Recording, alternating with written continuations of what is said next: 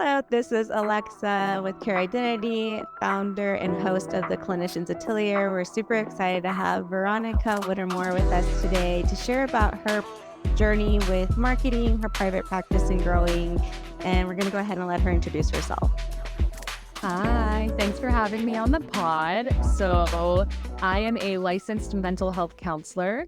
I graduated with my master's degree in mental health counseling in 2019 from Boston College, but I've been in the field since 2018 when I was doing my clinical internship in mental health.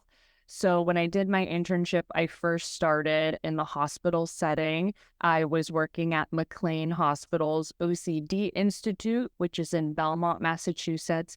I also did my licensure hours in community mental health. So I was doing individual therapy as well as intensive family therapy in the community.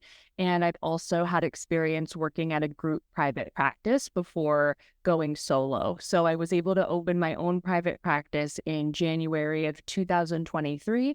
And I currently offer individual outpatient mental health services to people of all ages. I do consider having a specialty right now in anxiety and OCD. So I have a lot of clients who come wanting to work on goals related to that. Okay, awesome. Well, thank you so much for being here.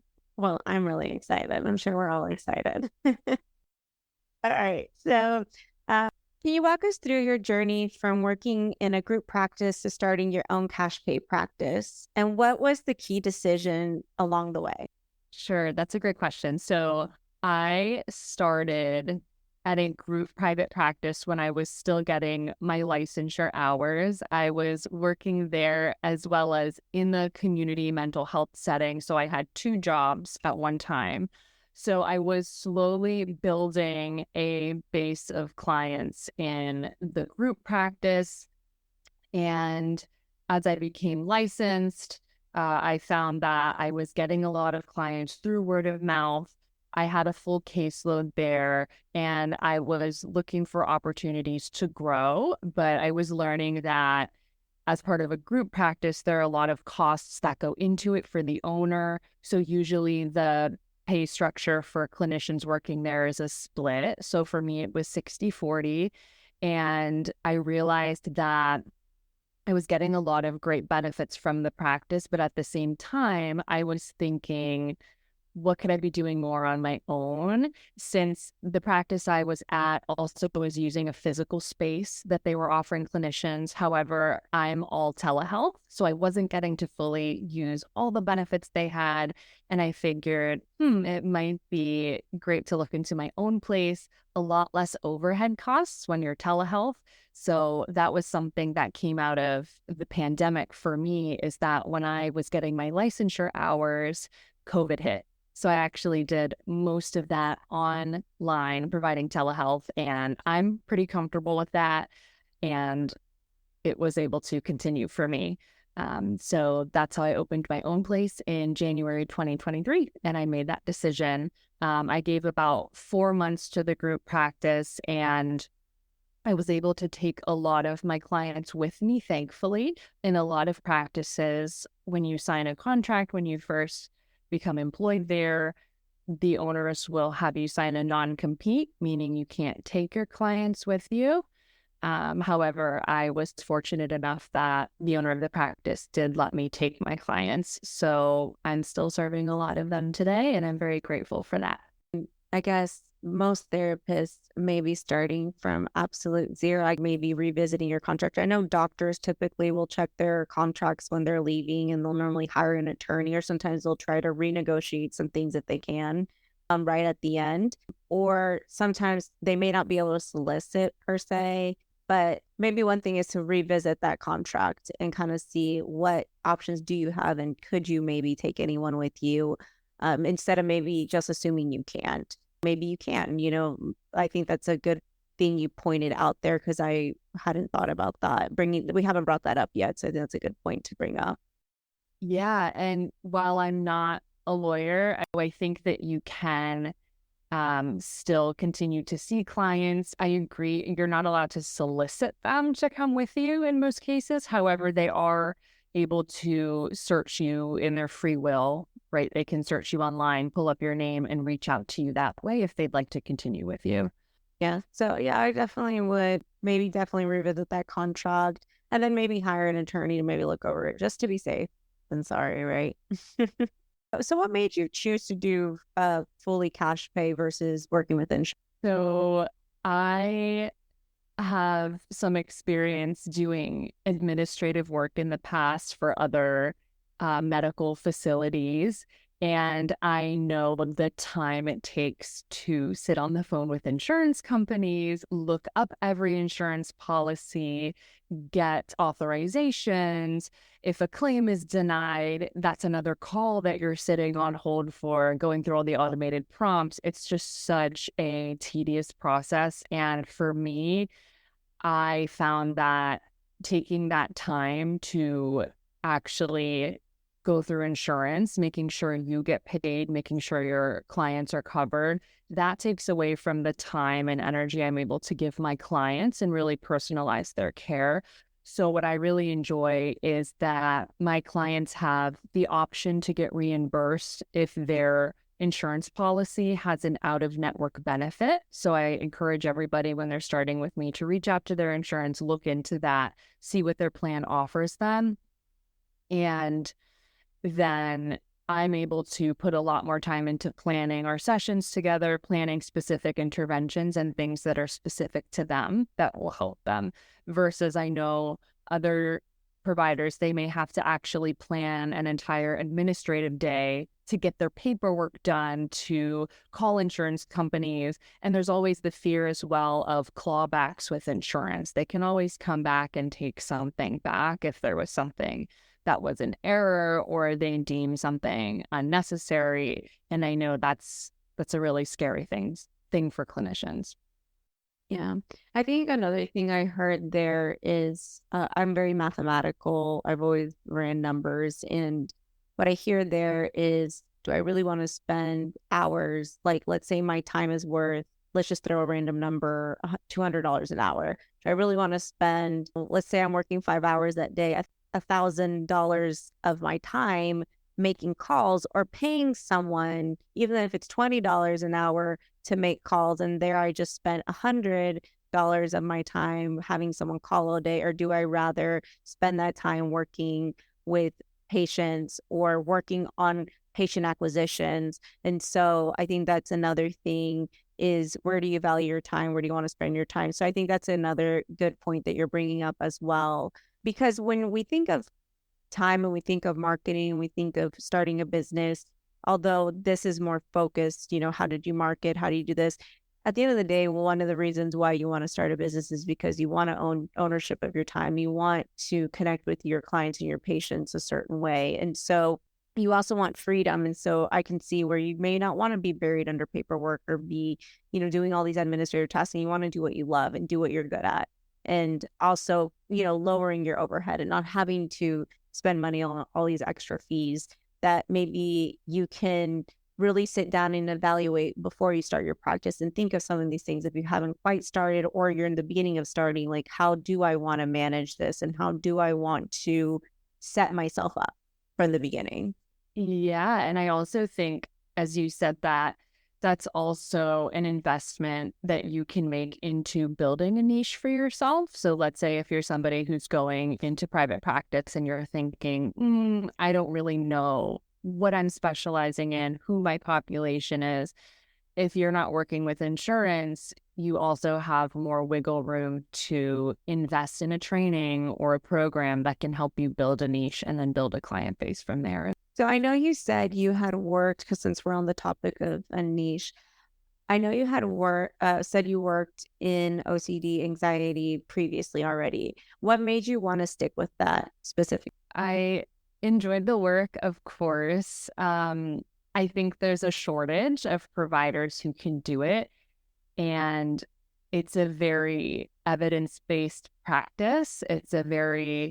When we're thinking of treatment for OCD, such as exposure and response prevention, it's an intervention with a lot of evidence to back up its efficacy. And that was really amazing to see in my internship, actually doing that behavioral coaching with people and seeing how much they were improving. I saw some really amazing people doing hard work. So you're basically facing your fears, and you are resisting the compulsion, the thing that you do in response to your fear when you do exposure therapy. And I really liked that. And I initially actually only did it with adults, but then I expanded to helping kids and teens with OCD and anxiety as well. So that's been really fun. And just seeing and hearing from other providers, there's just such a lack of care. And to find somebody who's reliable, who knows the treatment, who can really implement that with somebody, it's important. So I think that I also saw the need for it in the population. And I was fortunate enough to have supervisors and mentors who really helped me grow in that niche to then be able to use that in my own practice. I think you pointed out a couple of good things. And the reason I'm kind of like summarizing some of these things is because I'm kind of thinking of who are some of our listeners are. They may not always pick up on some of the things we're saying. And you kind of saw the need, right? So you're seeing like, what is the need? How can I bring value to this? How can I solve a problem? Or how can I solve this issue that I'm seeing? How can I bring value here? And then also you're obviously passionate about it. You can tell by the way you're speaking. So am I passionate about this? Because just because you're good at something doesn't mean that's what you should be doing, right? Maybe you did it because maybe you could have said, I worked in OCD just because that's where I started and I stuck with it. But you obviously have a passion, so you chose to stick with it. Maybe you're passionate about something else. And so you choose to do training to work in something you're truly passionate, because when you're passionate about what you're doing, you're going to give a better service. You're going to do better because it's something you really want to help people with, right? And so one thing is you find the need, you're something you're passionate about. So you also, I want to backtrack a little bit. So you were able to bring some patients. What of your total, caseload, I guess, right now, what percentage would you say is from the original clients that came with you? I'd say probably like 25% because people come and go as they improve. So I started in 2023. Naturally, people discharge from treatment. So I think when I first started, that number was a lot bigger.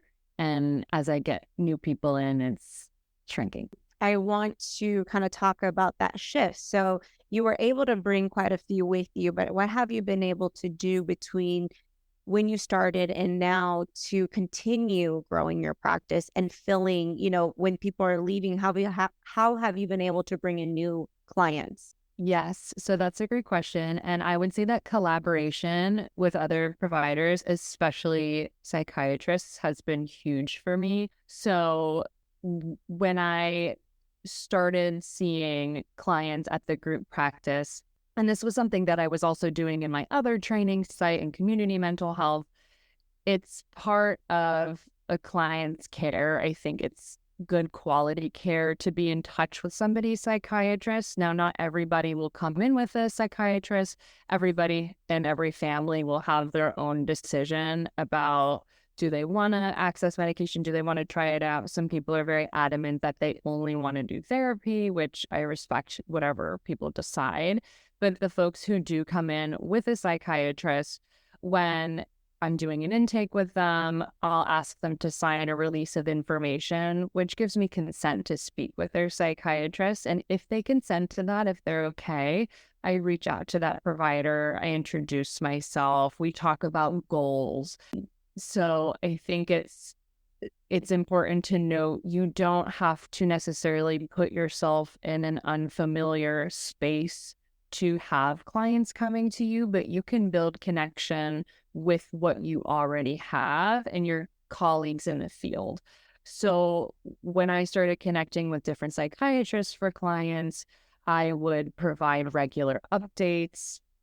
And through that, they were also able to see, oh, okay, she's working on X, Y, and Z goals with this client. I have another client in mind who could use a similar treatment style. So they would send them my way. And that's really how I began to grow. I did not have to look very far, thankfully. And especially when you're working with children and adolescents, you have the option of also working with some of their adjustment and guidance counselors at their schools. That's the same sort of connection. So if they're seeing you doing really good work with a client, you care about them, you're advocating for them, they'll also mention you to other families who might need somebody to do the same for them.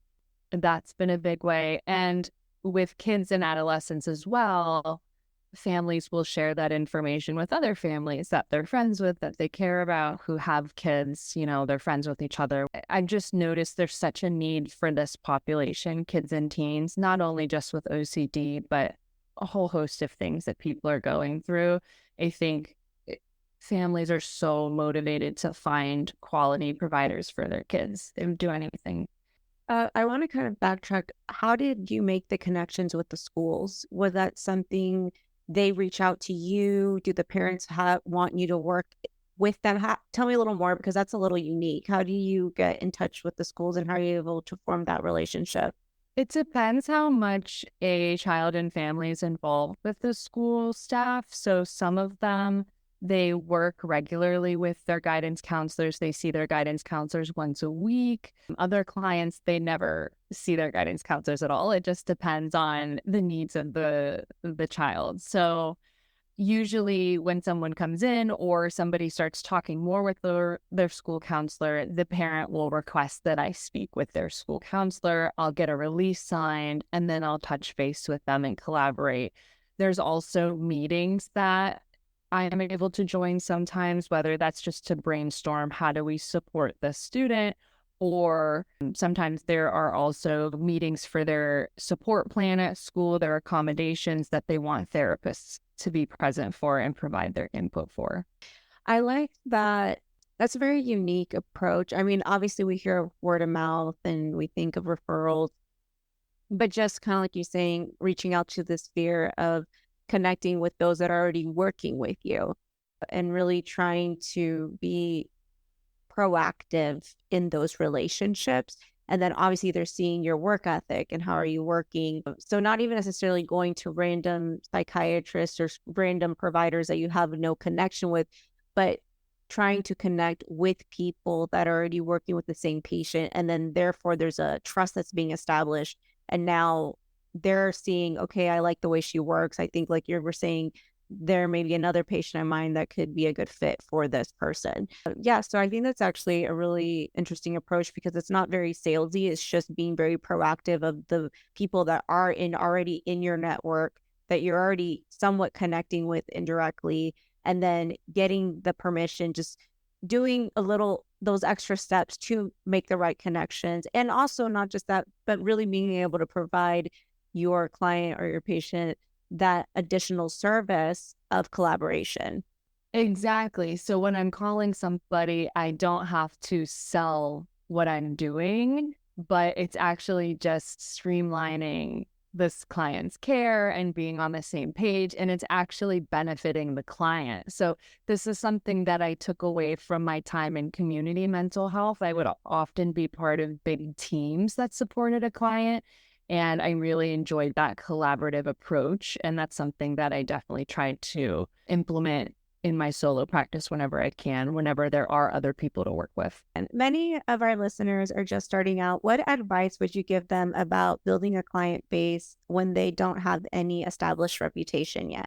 I would say do your homework. And what I mean by that is it's also really important to understand the amount of therapists in your area and providers in your area. So when I was first licensed, the first state I was licensed in is Massachusetts, and it's a heavily saturated state. So in the past, when I was first kind of getting on my feet, I was also on the Psychology Today directory, and I noticed that there were so many therapists in Massachusetts. I wasn't getting that many matches on there. And I also was able to get licensed in New Hampshire shortly after that. So it was a process. Unfortunately, each state has their own rules for licensure. But for me, it was definitely worth it because that allowed me to provide access to care for folks in New Hampshire, where there definitely were not as many therapists. So a lot of my Psychology Today referrals, before I ended up taking my profile down, were from New Hampshire. I'd say the majority came from New Hampshire because there's just not as much care there. So I think advice I would give is just know your geographic location and how saturated it is with therapists. And I would say just find something that really speaks to you in terms of a niche, a specialty. If there's a training you've always wanted to take, really look into that, invest and commit to it, because it'll benefit both you and your clients long term if you're doing something that you're passionate about. I have noticed that there are some therapists that get multiple licenses in different states. You obviously found success having another out-of-state license. What was that process like getting it? And do you think it's worth looking into to get multiple licenses? It's very tedious. This is a gripe that I have with the system of getting your license and having to apply. So it depends on the state, of course. In Massachusetts, everything was online. It was easy to submit everything. For other states, they require you to send in paper applications. They require you to gather a whole packet of documents, get signatures from your supervisors, provide your class syllabus from grad school. And if you didn't keep that, you have to contact your graduate school department. And it can easily turn into something that takes a lot of time. Now, if you've been in the field for a long time, some states will grant you a license either by reciprocity. So I know for Massachusetts, if you apply in Florida, I believe for mental health counseling, forgive me if I'm wrong, but they'll grant it to you because they see that as meeting all their requirements in their state. If you're already licensed in Mass, we'll give you a license in Florida. Now, for me, when I was getting licensed in New Hampshire, I wasn't licensed in Massachusetts for either 3 or 5 years yet. So they had me submit a lot of paperwork to basically show I'm competent. My supervisors from previously approve of me, basically that I'm trustworthy and can do the job. You'll have to do a lot more legwork and paperwork if you're newer to the field to get licensed in multiple states, depending on which state you're getting licensed in. I think you'd have to look into the process for each state. For me also, I learned that some states require you to take certain classes in grad school. So I didn't take a substance use class at first to get licensed in Massachusetts. And New Hampshire required me to take that class. So I had to go back to school for a little bit and get that class to be able to become licensed in New Hampshire. But for me, it was worth it. While you're doing it, of course, it's an investment, it's a commitment, but I think long term, you will see the benefit of that. So as someone that does telehealth visits with their clients, and you expanded into New Hampshire, you said that you did see the rewards of that as there wasn't a lot of providers in that area. And so do you feel like that definitely helped with the success of growing your business in the beginning? I do, yes, especially because I was using Psychology Today more in the beginning. Most of my referrals were coming from New Hampshire, so it worked out. And then I know we discussed a little bit offline that at some point you felt like you pulled back from Psychology Today and eventually decided to remove yourself. Can you talk a little bit about that? Yeah, so this is something I work on for myself as well in my own therapy, is that I needed to find out when to say no, right? When the practice is full, because you can easily end up doing too much and overextending yourself to care for other people. So I did not have any more room in my schedule. I was noticing that referrals were coming from psychiatrists, word of mouth, and fortunately, I was in a position to take that profile down. And I haven't needed to put it back up since. And I think that's also just helped me with balance and boundaries for myself, my work-life balance. But I know that it's always an option. If I need it again, I can always just pop it back up there. That's good to know. So far as a recap, I've heard like know your demographics, know your market. You had to expand a little bit outside of Massachusetts, go to New Hampshire. That helped you in the beginning phases of growing. But then as you continue to build those relationships and cultivate them, you were able to begin to take those word of mouth and those referrals and grow your practice to the point where you didn't have to keep maybe using additional lead sources, and you were able to, now you're comfortable and you feel like I'm in a place where I'm full and I don't need to keep taking in more clients from these additional resources. And so I think that's a good problem to have, right? It's like you got to a point where you found what worked for you. And that is something we have kind of talked about through some of the other podcasts is you need to find what works for you. And so far we've seen how everyone we've talked to has found something that worked differently for them. And for you, yours has heavily been referrals and word of mouth and cultivating the relationships in your network. So very specifically your network. We've had some that did boots on the ground marketing. We've had some that did SEO, some that also talked about studying your market and knowing what exactly was working in their market and what were people familiar with.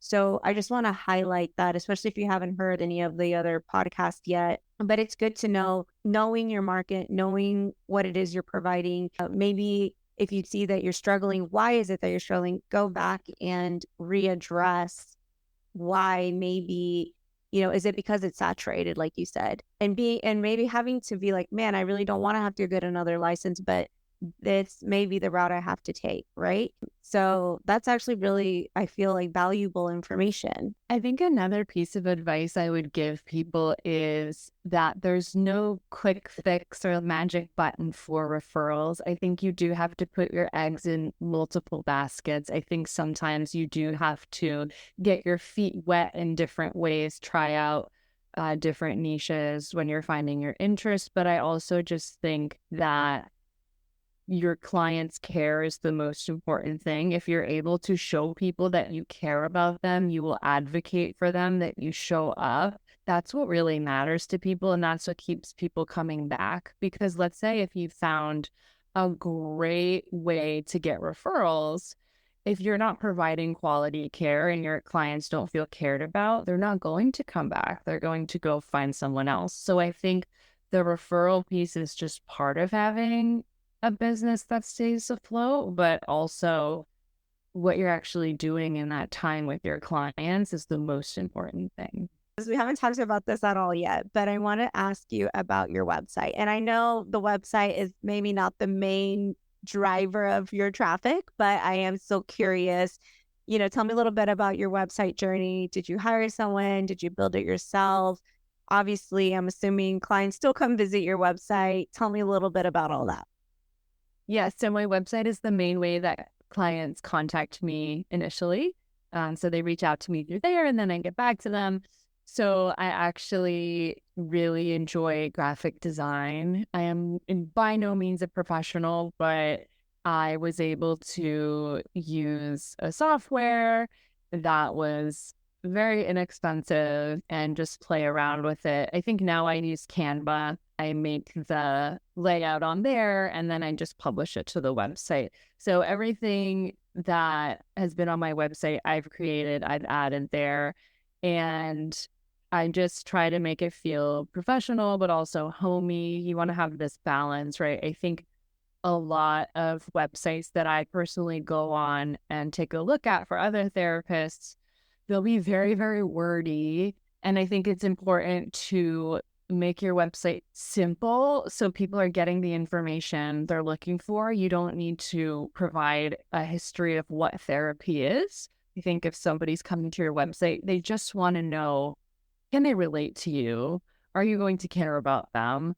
And why should they come see you? And the logistics of that. So I tried to just make things very short and sweet. People get the information they need. By the time they scroll to the bottom of the page, they know whether they want to reach out to me or not, and the box is right there.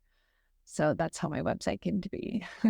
I was just curious because obviously as a web designer and brander, I'm always like, how'd you do it? And that's honestly why I created this brand, the Clinician Atelier, because honestly, most people try to do the website themselves.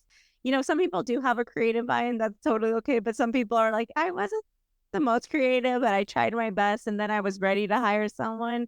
But a lot of people, you'll notice in the beginning, there's always kind of like the fear of cost. You don't know, people just want to get something up and going. And so it's actually something I've noticed a lot of people in the beginning will try and do it themselves, or maybe once they get a little more established, then they want to hire somebody to revamp their site. And I've seen it both ways. I think it's so worth it if you're not somebody with an eye or, digital design freaks you out or you don't feel you can navigate that. It's so worth it to hire somebody because that's a client's first impression of you. They go to your page and if they see things aren't centered or, your text runs off the page or your pictures and, they're all mashed together, people take note of that. So I think it's also a representation of you. You want it to really speak to you. You want it to be easy to read, easy to access. So people come, they get what they're looking for, and then they reach out to you. You don't want someone to come to your site, feel like, ooh, this is really hard to read and I don't know what's happening here. And then they just get turned off altogether and they're like, I don't know. Yeah. I think you brought a good point. I feel like sometimes when you've worked in, either whether you're a doctor or therapist, you have to write like these, thesis and these case studies and these long, long, long, stories, like these research papers. I think sometimes finding the balance on how to communicate your messaging can be hard. And I've noticed that. And that's why I started offering copywriting a few years ago with my websites, because I would have doctors offer, give me the copy. And it was honestly not understandable to the reader. And it was like, you want to emotionally connect, right, with your reader. And so one thing I always tell people, and something you brought up, which is really great, if you don't have the designer eye, because, let's be honest, some people are very creative and they make very beautiful designs. And it doesn't mean that that's what you do for a living, but you just have an eye, and that's amazing if you do. But if you don't, sometimes it is worth hiring someone that can help you with that. Because I always tell people, if you were to go to a website and it looks dated or it's hard to read, you're going to click off, even if they were an amazing person and you were so good at what you had to offer. But because I could not understand or I could not read what you were offering, or it just did not look put together, I'm going to wonder if you're put together. Automatically going to judge you, unfortunately, based on your website. And we're in such a visually driven world today, unfortunately, that now people care about your aesthetics. And that's what I say. The doctor or the therapist next door can be worse or not as great as you, but just because their presentation was so much better, they'll choose that person over you, even though you might have been the perfect fit for them. But unfortunately, people don't think of that psychology sometimes of the visualization of things. Mm-hmm. I think it's a balance of professionalism, but also getting a picture of who you are. Because the beauty of being a therapist is everybody has their own style, whether that's the modality they're using or just the way they talk to people. You want your website to really speak to that. Like I have a bunch of plants in my office. I tried to put some plants on my website, and I tried to just describe also not only just what therapeutic services I offer in a digestible paragraph, but also what is it like to sit down and talk to me? Is it going to be really serious and structured, or are we also going to be able to laugh together and celebrate you and your progress and be authentic and real with each other? Right? Because I think every therapist has a different approach. Some therapists are much more by the book. They'll come in, they'll want to teach you some skills. Maybe that's what you're coming to a therapist for. You want your CBT, your cognitive behavioral therapy. You want it really laid out for you. Or you might want somebody who's more session by session going to help you with whatever's going on for you. And you can really get that from somebody's website, the way they describe themselves. That's actually something I appreciated about the marketing on Psychology Today is they limit you in every section. They're like max this many characters. So you're not able to go on and on about what's the history of therapy, right? But you actually get to talk about yourself a little bit. And I think that might be another thing too. Not everyone might know or be comfortable with what they're offering. They may not have that confidence yet, especially if they're new in private practice, to know what they're offering. I think you said something really important. It's so funny because I'm actually in the process of launching the do it yourself course on branding and web design right now. And I was literally filming today and I literally was talking about, and I actually was talking to a mentor this week and we were trying to really get to the heart of what the clinician atelier was, right? And she's like, why do people want to work with you? And I'm like, oh my gosh, like, because I'm amazing now. I'm like, because people have, and I had to think about it. I'm like, because people have come to me in the past and told me they like that I create personal brands. And you literally said that. Like, I have plants in my office. I put plants on my website. Like, that's literally how I'm setting up this course. It's like, like, when you create a brand in this type of cash pay, private pay setting, you're not doing corporate anymore. You're not in the insurance, corporate America type health insurance system. You're now you. You're coming with everything you have to offer in the way you want to care for your clients and your patients. And so, with that being said, that's exactly what I'm trying to teach. It's like, even though you may have a company name, or maybe you choose to be branded under your own name, but how do I express myself through a website that when people come to my site, whether I'm telehealth or I have an in-person, space, I want them to feel the same as they come, the same presence on my website as if they come and talk to me. And that's exactly what I'm trying to teach, is because you hit the nail on the head, like they said. Like, I love the plants in your office. Like, honestly, when I saw you come onto the Zoom, I'm like, oh my God, this is so like calming. Like, I felt very soothing. I'm not even, talking to you about therapy, but I was like, this is very calming. It's important. And I'm glad that you said that because you get it, right? It obviously shows that you understand like your messaging, you understand your vision, you understand like what it is you're trying to accomplish.